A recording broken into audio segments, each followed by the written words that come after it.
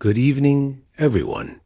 Tonight, we journey not to the familiar medieval world of lords, labors, or even the shadows of known superstitions and folktales. Instead, we venture into a darker, far more unsettling realm, a place where the very rules of nature begin to bend, where logic falters and shatters, and where a primal fundamental fear stirs not from the depths of a forest, but from the depths of time itself. We step away from the comforting routines of daily life and into the chilling heart of the utterly unexplained. Imagine, if you will, a time when strange occurrences were not just coincidence, a terrifying portents of something utterly alien, something that defied human comprehension and threatened to unravel the very fabric of reality itself. This is the chilling story of the remote village of Aethelgard, nestled high in the treacherous Bavarian Alps, and the peculiar terror that awoke in the year 1150, deep within the mountains that bordered their isolated world. The edge of perception. A village on the brink Aethelgard was a truly remote, isolated village, clinging precariously to the rugged flanks of the Bavarian Alps.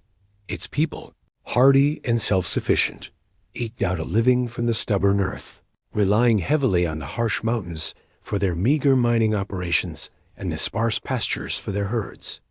Life here was simple, raw, and bound inextricably by the unforgiving rhythm of the seasons, the harsh realities of constant survival, and the comforting, yet often rigid, familiarity of deeply ingrained folk beliefs that had sustained generations. The mountains, though essential, were also revered and feared, a place of known dangers like rockslides, blizzards, and the occasional rogue wolf pack. But the strangeness, the darkness stirring now, was profoundly different.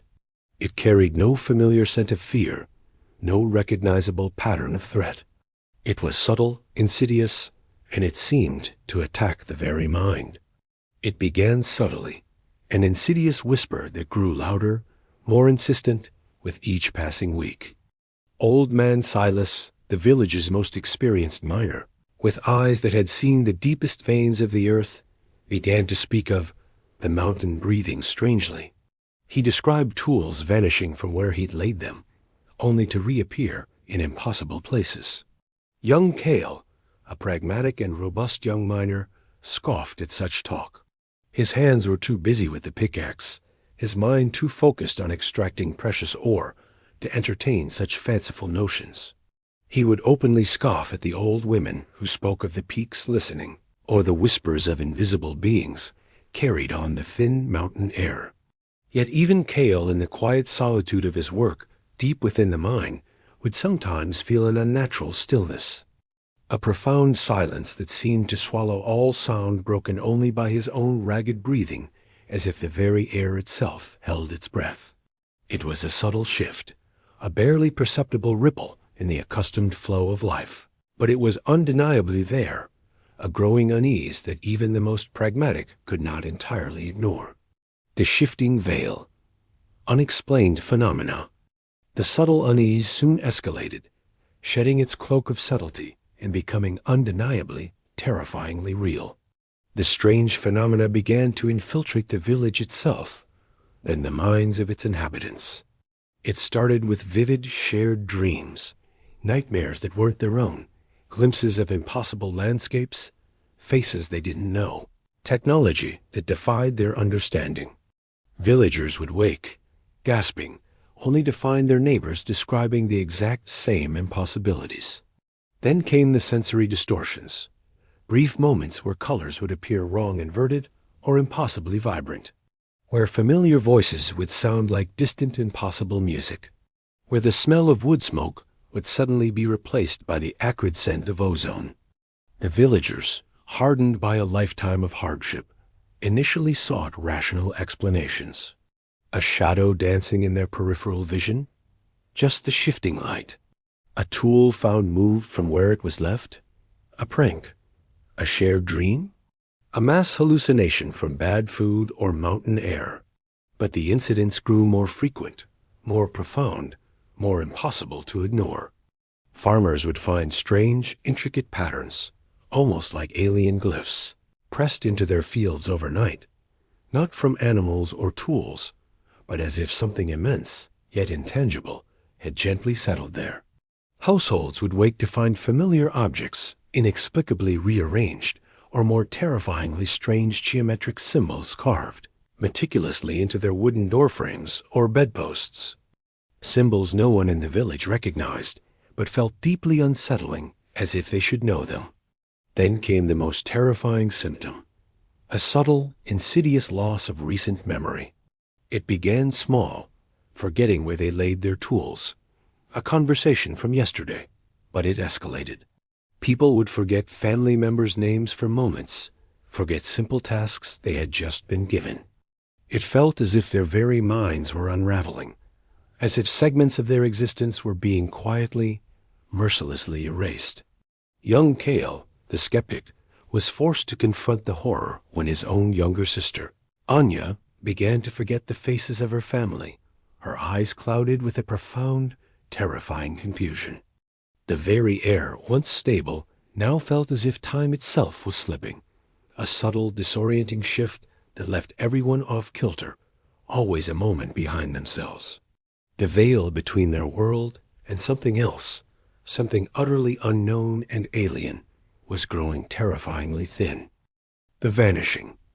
A village consumed by dread, the strangeness reached its horrifying crescendo with the disappearances, which were unlike anything seen before. It began with the livestock. Entire flocks of sheep, once safely penned in their enclosures, vanished overnight, leaving behind no broken fences, no bloodstains, no sign of struggle. Only the profound, terrifying silence of an empty enclosure and an unnatural faint, shimmering in the air, as if light itself had been stretched thin. Then came the true, soul-chilling terror. The disappearance of people, not through violence, but through a terrifying dissolution. Old Master Bran, the village carpenter, a man known for his robust health and hearty laugh, simply ceased to be. His workshop was open, his tools laid out as if he'd just stepped away for a moment, but he was gone.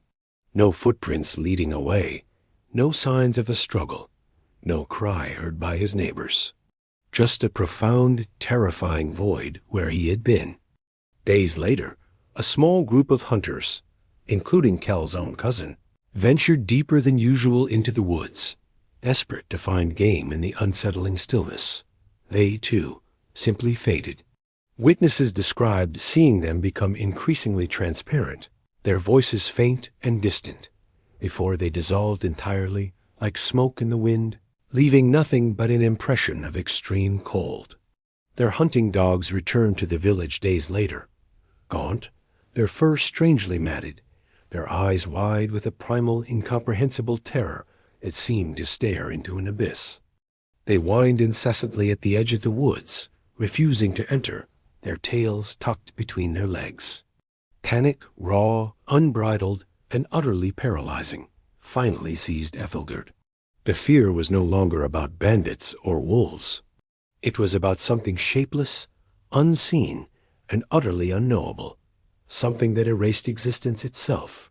Villagers barricaded their doors with desperate fervor, not against flesh and blood attackers, but against the insidious dread that seeped from the mountains. Whispers now turned to outright terrified speculation. Was it a demonic entity, an ancient forgotten curse? Or something far, far worse, something that defied any known scripture or folklore, something that consumed time itself? The very air in the village felt heavy, suffocating, permeated by the chill of unseen eyes, watching from the profound silence of the peaks. The once familiar mountains, their source of life, had become a living, breathing maw, slowly, methodically, consuming their world, one soul at a time. A monk's logic, a seer's sight, external intervention desperate. The village elders, their faces gaunt with fear and lack of sleep, sent a frantic plea to the nearest Benedictine monastery, renowned throughout the region for its scholarship and spiritual fortitude. In response, they received Brother Alaric. Alaric was not a warrior monk, not a man of blunt force, but a scholar, a man of profound logic and fervent faith, known for his keen intellect, his meticulous observation, and his remarkably pragmatic approach to the world's mysteries. He arrived in Aethelgard with a small escort, initially skeptical, attributing the terrifying tales he heard to mass hysteria, the isolation of the community, and the wild superstitions of mountain folk. God's order is absolute, he reasoned with the villagers. There are no demons that defy his will, only the weakness of men's faith and the delusions of fever. He began his investigation methodically, with the rigor of a scholar. He questioned the villagers, meticulously documenting their fragmented, terrified accounts, noting patterns, contradictions, and consistent details. He inspected the sites of the vanishings, searching for tracks, for signs of struggle, for any rational explanation that could fit within his known worldview. He found nothing. No blood, no footprints, no struggle. The sheer impossibility of the disappearances, the utter lack of tangible evidence, began, slowly but inexorably, to chip away at his rigid skepticism. He saw the genuine, unfeigned terror in the villagers' eyes, a fear that transcended simple, understandable superstition. It was during one of his solitary forays into the mountain's edge, near the mining paths, that Alaric first truly encountered the strange. He felt the unnatural, profound cold, the complete silence that swallowed all sound, and heard the faint discordant whispers from within the tree line, whispers that seemed to bypass his ears entirely and resonate directly in his mind, carrying abstract concepts and alien emotions. He found one of the strange, unearthly symbols pressed into the soft earth, unlike any he knew from sacred texts, ancient languages, or secular lore. His rational worldview, so meticulously constructed over decades of study and prayer, began to crack under the pressure of the inexplicable. He knew then, with a chilling certainty, that this was no ordinary demonic possession, no simple curse. This was something truly alien, something outside the divine order he understood. It was then that he sought out Elara, the herbalist. Though the church often viewed such wise women with suspicion, condemning their practices, Alaric, humbled by the impossible, recognized a deeper, intuitive understanding in her eyes, a connection to the rhythms of the earth he lacked. Elara, in turn, sensed Alaric's rare, remarkable open-mindedness, a quality she rarely encountered in a man of the cloth. She spoke not of demons or spirits, but of the old breath, of threads untangled, and of the silence that eats, her words hinting at a non-human elemental force. Unveiling the stranger thing, an ancient, alien presence, combining Alaric's prodigious scholarly knowledge of forgotten texts, obscure philosophies, and even rudimentary natural sciences with Elara's intuitive, almost primal understanding of the ancient woods and the mountain's hidden energies, they began painstakingly to piece together the terrifying, incomprehensible truth. What they faced was not a demon in the traditional sense, not a curse, not a product of malevolent magic, but something far older, far more fundamental, far more abstract.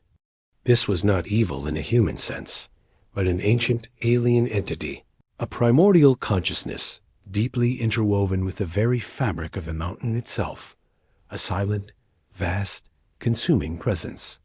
It had likely lain dormant for countless centuries, a slumbering force, an unfathomable anomaly until a recent disturbance, perhaps an unusually deep mining expedition, far into the mountain's oldest heart, or aggressive excessive logging that cut into sacred, forgotten roots, had inadvertently carelessly awakened it. This entity didn't act with malice or intent. It simply was. Its actions were akin to a force of nature, but a living, incomprehensible one, operating on principles utterly beyond human understanding. It wasn't eating the villagers in a literal, monstrous sense, but rather absorbing them. It was a being of pure energy, of abstract thought, seeking only to understand, to integrate, to become with what it encountered. The whispers they heard were its thoughts, its attempts to communicate or perceive, its own alien consciousness reaching out. The strange symbols were its patterns, its attempts to manifest or imprint its alien consciousness on the physical world. The chilling, non-human song Elara heard was its lament, its expression, or perhaps its way of calling, of drawing things into itself, of assimilating. The disappearances, the terrifying fading, were the result of its unconscious, yet terrifyingly effective process of drawing beings into its own existence, dissolving them into its core. It was a terrifying form of communion, an assimilation that left nothing behind, not even a trace. They realized that fighting it with steel, with conventional exorcism, or with human prayer as they knew it, would be utterly futile.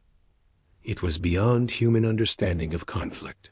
The older texts Alaric found hinted at its nature as a primordial essence, a world weaver or a fabric stitcher of reality, while Elara's lore spoke of the hungry silence that consumed all it touched. It desired connection, not destruction, but its form of connection was utterly annihilating to human life and perception. It was a being trying to knit its alien consciousness with theirs, inadvertently unraveling them in the terrifying process. They understood that the very act of knowing it, of perceiving it, put them at risk of being drawn into its impossible existence.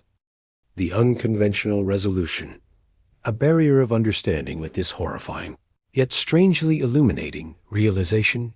Alaric and Elara understood that the entity couldn't be destroyed or banished in a traditional sense. It could only be contained, or perhaps appeased through an understanding it could grasp. They devised a perilous, desperate, and deeply unconventional plan, a synthesis of faith, reason, and ancient, forgotten earth wisdom. Their goal was to create a spiritual and physical barrier, to make the mountain, and the entity deeply woven within it, listen to a new agreement, to establish a boundary it would respect. It would not be a battle of wills, but a negotiation with the incomprehensible, an attempt to define limits for something limitless. They chose the site of the original awakening, a newly cleared logging path leading deep into the oldest, most primal part of the mountains. Under the pale, watchful light of a waxing moon, with only a few of the bravest, most resilient villagers standing vigil, their faces etched with fear and hope, Alaric led a ritual unlike any he had ever performed in his life as a monk. He wove together ancient, powerful monastic chants of protection and divine order with Elara's primal, rhythmic invocations to the spirit of the woods and the very earth, mingling Christian faith with pagan reverence, creating a unique tapestry of spiritual force. Kael, stripped of his earlier skepticism, and now driven by the memory of his sister's fading form, carried a brazier of burning herbs and rare mineral dusts that were meant not to repel, but to communicate, to draw the entity's attention without provoking its overwhelming hunger, to offer a form of connection that was safe for humans. Thomas bore a simple, sturdy wooden staff, its tip carved with both the familiar Christian cross and the strange, alien symbols he had seen in the fields, a symbol of their attempt to bridge the unbridgeable.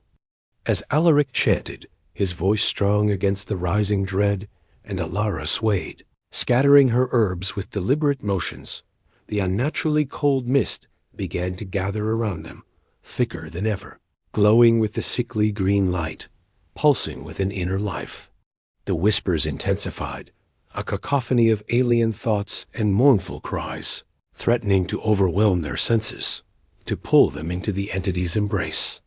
The very ground beneath their feet seemed to tremble, and the ancient trees themselves groaned and creaked as if in agony, bending under an unseen pressure. The essence of the world weaver was manifesting, attempting to draw them in, to assimilate them, but they held firm. Alaric, clutching a small, crude holy relic, drew a symbolic circle of protection, not to banish, but to establish a boundary, a perimeter of human will and understanding. Elara, scattering crushed herbs and speaking in an ancient, almost forgotten dialect, communicated their intent. We see you. We acknowledge your presence. We offer you space, a sacred space, but no more of ours. You have your place. we have ours. Kael, with a surge of courage born of desperation, plunged his staff into the earth within the circle, establishing a symbolic anchor, a firm point of separation. The climax was not a fiery explosion, not a violent confrontation, but a profound, almost silent shift in the very air, a final, intense, soul-crushing pressure, and then a sudden, absolute stillness. The sickly green glow faded. The whispers died. The profound silence that remained was no longer terrifying, but merely ... vast. The vanished villagers were not returned, a heartbreaking, permanent reality that would forever haunt Blackwood Dale. But the consuming force had retreated. The balance had been reset. The bleeding of time had stopped. A changed valley. Echoes of the unseen, the valley of Aethelgard, and the souls of its people were forever changed. The immediate terror ceased. No more strange symbols appeared on doors. No more animals vanished, and the chilling, non-human song was never heard again. The profound, unsettling cold from the mountains retreated. The villagers, though deeply traumatized and bearing the scars of loss, slowly began to rebuild their lives, their bond forged in shared horror and an unspoken understanding of the impossible. Brother Alaric, his rigid, logical worldview profoundly expanded and humbled, returned to his monastery. He continued his studies, but his sermons now held a new depth, a new reverence for the vast, often terrifying mysteries of God's creation, even those that defied human comprehension or explanation.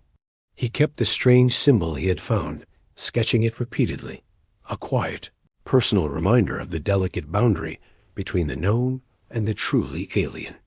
Elara, the herbalist, was no longer merely feared or tolerated.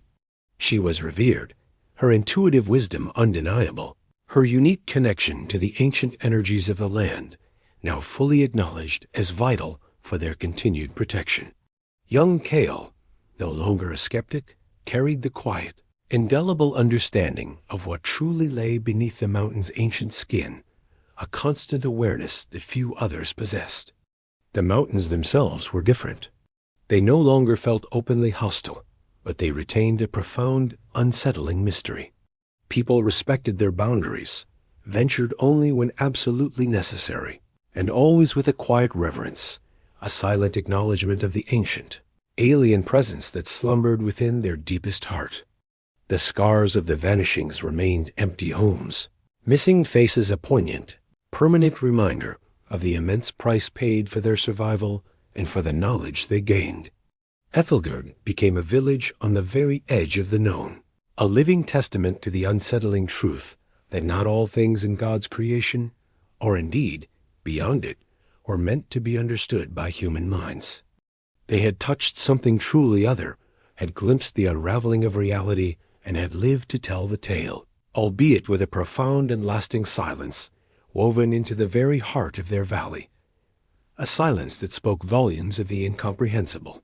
So as you find your own rest tonight, perhaps you can hear the faint, strange whispers in the mountain wind. Imagine the profound, unsettling silence of an ancient peak, or picture a humble village living forever on the very edge of the truly inexplicable. Think of the brave souls who, like Brother Alaric and Elara, faced not just the known terrors of their age, but something utterly alien, something that transcended even the deepest medieval superstitions and demonic lore. Their chilling story reminds us that even in a world meticulously mapped by faith and tradition, there remained, and perhaps always will remain, vast, terrifying corners of existence that defy understanding, hinting at truths far, far stranger than any legend could ever conceive. Good night.